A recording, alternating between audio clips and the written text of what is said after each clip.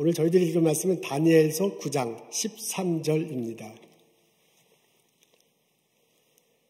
이 모든 재앙이 이미 우리에게 내렸사오나 우리는 우리의 죄악을 떠나고 주의 진리를 깨달아 우리 하나님 여호와의 얼굴을 기쁘게 하지 아니하였나이다. 아멘. 다니엘은 바벨론의 볼모로 잡혀왔습니다. 기원전 597년 느부갓네살이 예루살렘을 침공하잖아요. 손쉽게 점령하고 왕을 교체한 후에 성전과 왕실에 있는 기물을 가지고 옵니다. 그때 사람도 데리고 와요. 왕과 귀족의 자녀 중에서 용모가 출중하고 지혜와 지식이 뛰어난 사람을 선택해서 데리고 옵니다. 그들에게 바벨론에 데리고 와서요, 교육을 시켜요. 교육을 받을 수 있는 기회를 주고 그 중에서 특출한 사람을 선택해서 왕실에서 공무원으로 일하도록 했습니다. 다니엘도 그 중에 한 사람입니다. 다니엘은 왕의 꿈을 해석해 주고요. 그리고 조언을 합니다. 이것을 바탕으로 해서 나라를 꾸려갈 수 있었습니다. 이것을 계기로 해서요, 다니엘이 온 나라를 다스리는 것이 되고요. 그리고 모든 지혜자들의 어른 역할을 하기도 했습니다. 사실상 총독의 역할을 다니엘이 감당했습니다.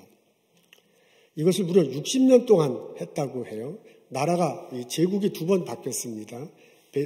바벨론에서 페르시아로 바뀌었어요. 바벨론 끝 무렵에 느부갓네살 왕, 벨사살 왕이 있을 때도 일하고요. 페르시아 첫 무렵에 다리오 왕, 고레스 왕이 있을 때도 바벨론이 계속 고위 관리직으로 일을 하게 됩니다. 그리고 거룩한 영향력을 미쳤습니다. 어떻게 해서 이런 일이 가능한 것인가? 이 사람이 정치적 감각이 뛰어난 것인가? 하는 생각을 해봅니다. 어떻게 해서 이렇게 제국이 바뀌었는데도, 나라가 바뀌었는데도 계속 일할 수 있었는가 궁금합니다. 오늘 저희들은 다니엘서 9장 13절의 말씀을 읽습니다. 다니엘서 9장 거의 대부분은 다니엘이 기도하는 내용이에요. 근데 그 기도하는 내용을 곰곰이 들여다보면 무엇을 바탕으로 해서 어떤 생각을 가지고 기도하는지 알아볼 수 있습니다. 13절입니다. 우리 앞에 나와 있는데 다 같이 한 목소리로 읽겠습니다. 모든 재앙이 이미 우리에게 내렸사오나 우리는 우리의 죄악을 떠나고 주의 진리를 깨달아 우리 하나님 여호와의 얼굴을 기쁘게 하지 아니하나이다. 요 가운데 한 절인데 가운데 주의 진리를 이라는 단어가 나옵니다. 하나님의 말씀을 의미합니다. 다니엘에게 있어서 하나님 말씀이 삶의 기준이 됐어요. 행동의 기준이 됐습니다. 하나님 말씀을 따라서 하나님 말씀을 깨닫고 지킬 때하고 하나님 말씀을 떠나지 않을 때 행동이 서로 구별되는 걸 알고 하나님 말씀대로 살아갑니다. 여기 주의 진리라는 단어 앞부분에 보면 그 떠나고라는 구절이 나옵니다. 하나님의 말씀이 있는데 하나님 말씀을 알고 하나님의 뜻이 무엇인지 알았는데도 그 하나님 말씀에서 떠났습니다. 그래서 죄악에 빠졌다라고 그렇게 적혀져 있네요. 하나님 말씀의 가르침대로 따라가지 않고요. 행악하고 범죄합니다. 그 결과로 그 앞부분에 보면 재앙이 우리에게 내렸다라고 그렇게 적혀져 있어요. 하나님의 말씀을 알고 무슨 뜻인지 알았는데도 그것을 떠나서 지키지 않을 때 우리에게 재앙이 임했구나라고 그렇게 생각하고 있습니다. 주의 진리 뒷부분에 보면 깨달아라는 단어가 나옵니다. 하나님의 말씀이 무엇인지 들었습니다. 하나님 말씀이 무엇인지 깨달았습니다. 그래서 그 말씀대로 살아갑니다. 살아가기 때문에 여호와 하나님이 그것을 보고 기뻐한다라고 이렇게 적혀져 있네요. 기뻐한다는 것을 여호와 하나님 얼굴을 묘사할 때 그 얼굴이 좀 밝은 것을 생각하고요. 하나님 여호와 얼굴이 기쁘게 됐다라고 그렇게 생각합니다.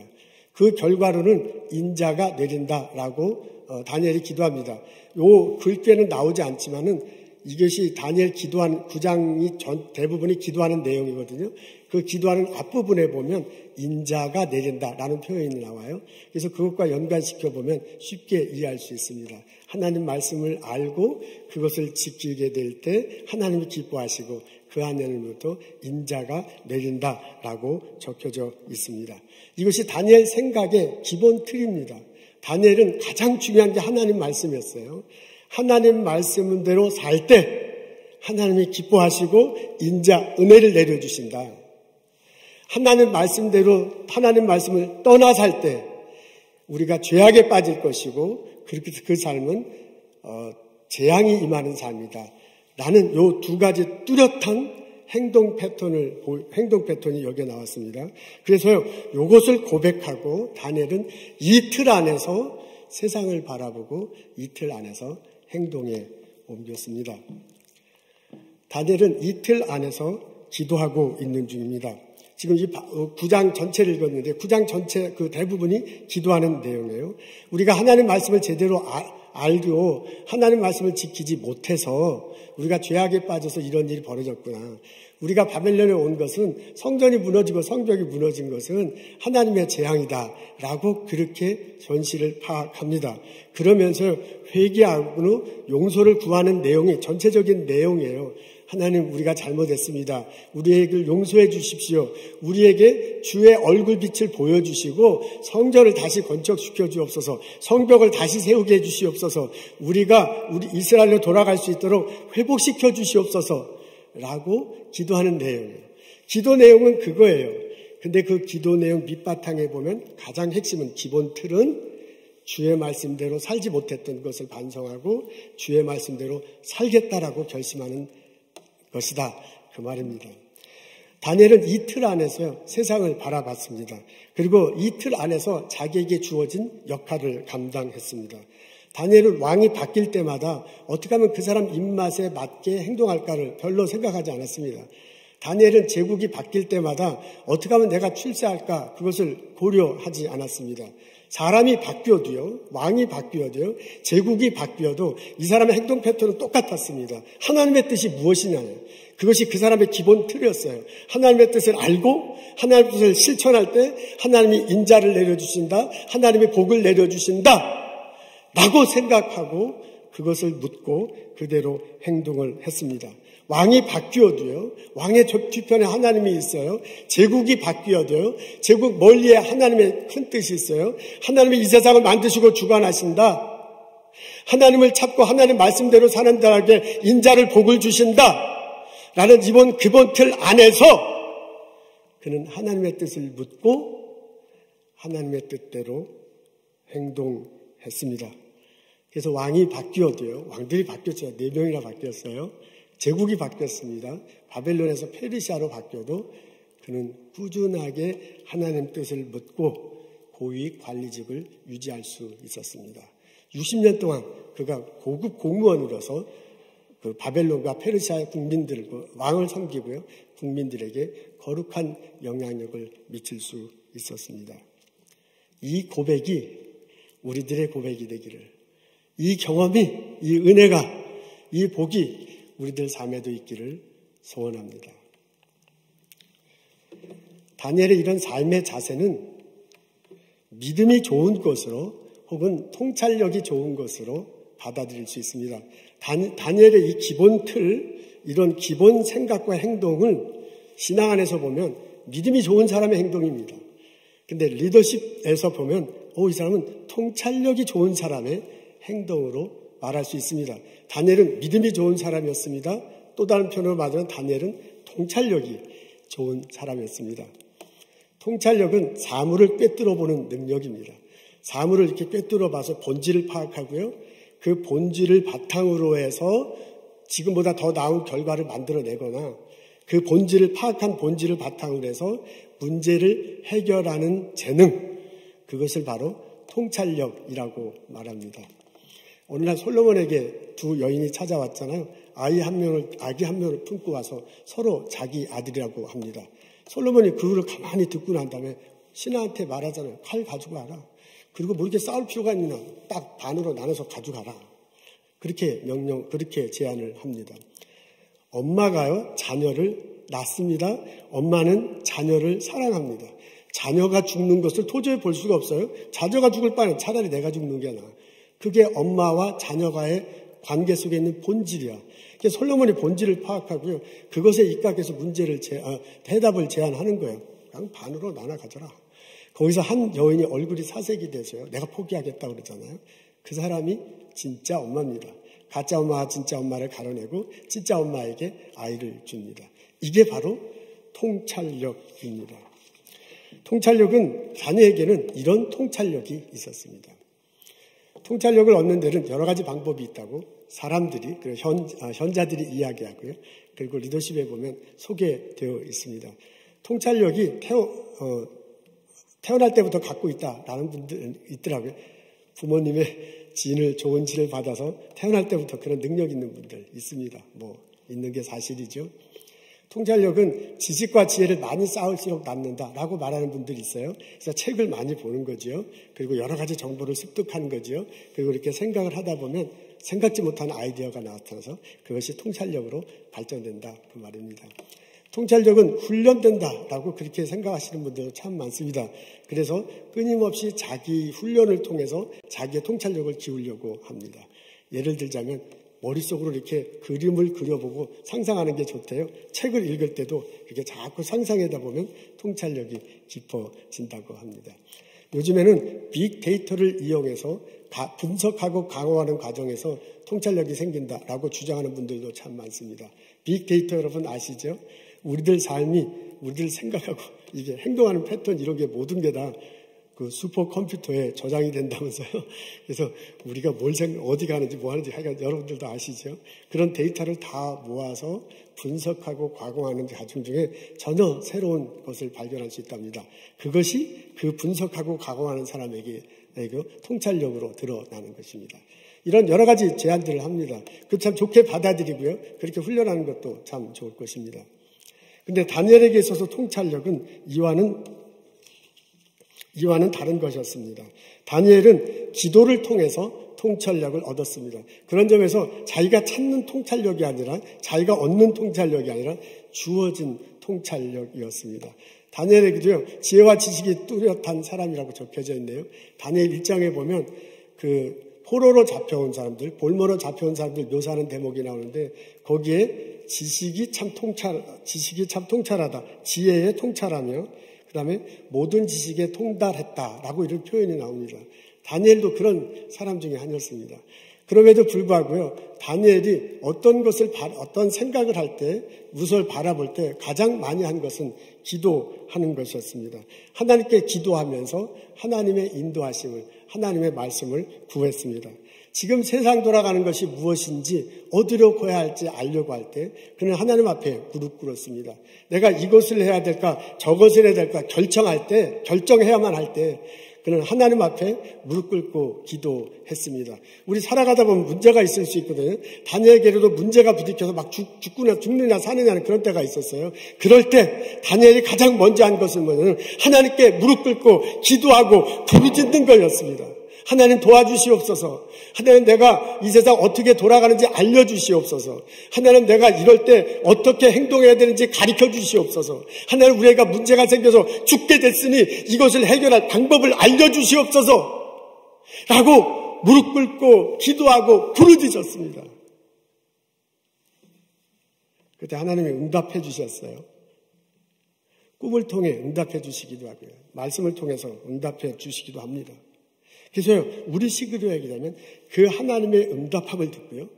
그 하나님의 말씀을 듣고 본질이 이것이구나라는 것을 파악해요. 요게 핵심이구나. 그리고 그것에 입각해서 왕에게 대답을 해주거나 해석을 해주거나 왕에게 어떻게 통치해야 될지를 조언을 합니다. 그 하나님께서 말씀해 주신 것을 받아들이고요. 그 말씀 그대로 말하고 행동을 다니엘이 옮겼습니다. 그래서 그가 그 말씀대로 세상을 바라보고요. 그 말씀대로 왕에게 조언하고요. 그 말씀대로 나라를 이끌어 갔습니다. 그 하나님의 말씀이 다니엘에게서는 통찰력으로 나타난 거예요. 그런 점에서 볼 때 다니엘의 통찰력은 얻어진 통찰력, 내가 가진 통찰력, 내가 훈련해서 깨달은 통찰력이 아니고 하나님으로부터 얻어진, 하나님으로부터 주어진 통찰력이었습니다. 그 점에서 그것은 영적인 통찰력이었습니다. 그 영적 통찰력을 가지고 다니엘은 60년 동안 왕이 바뀌어도 고위 관리직으로, 제국이 바뀌어도 고위 관리직으로 섬기며 백성들을 이끌어 갈 수 있었습니다. 다니엘이 가졌던 그 통찰력이 우리들의 것이 되기를 소원합니다. 여러분, 하나님이 이 세상을 만드시고 주관하신다. 이 세상 돌아가는 것 저편에는 하나님의 뜻이 있다라는 고백. 그 고백이 우리들의 고백이 되었으면 참 좋겠습니다. 그 고백이 우리들의 고백이 될 때 그것이 나의 기본 틀이 될 거야. 그 틀 안에서 우리는 세상 돌아가는 것을 볼 수 있고 그 틀 안에서 무엇을 해야 될지를 결정할 수 있고 그 틀 위에서 무엇을 해야 될지를 결정할 수 있고 그 틀 위에서 문제가 해결됐을 때 방법을 찾아낼 수 있습니다. 내가 그 고백을 가질 때 그것이 나의 삶의 밑그림이 될 것입니다. 그 밑그림 안에서 우리는 기도할 수 있습니다. 하나님, 내가 이 세상을 어떻게 봐야 될지 말씀해 주시옵소서. 하나님, 내가 무엇을 해야 될지 알려주시옵소서. 하나님, 우리 가정에, 우리 집에 이런 일터에 이런 문제가 생겼는데 어떻게 해결해야 될지 알려주십시오. 우리는 그렇게 기도할 수 있습니다.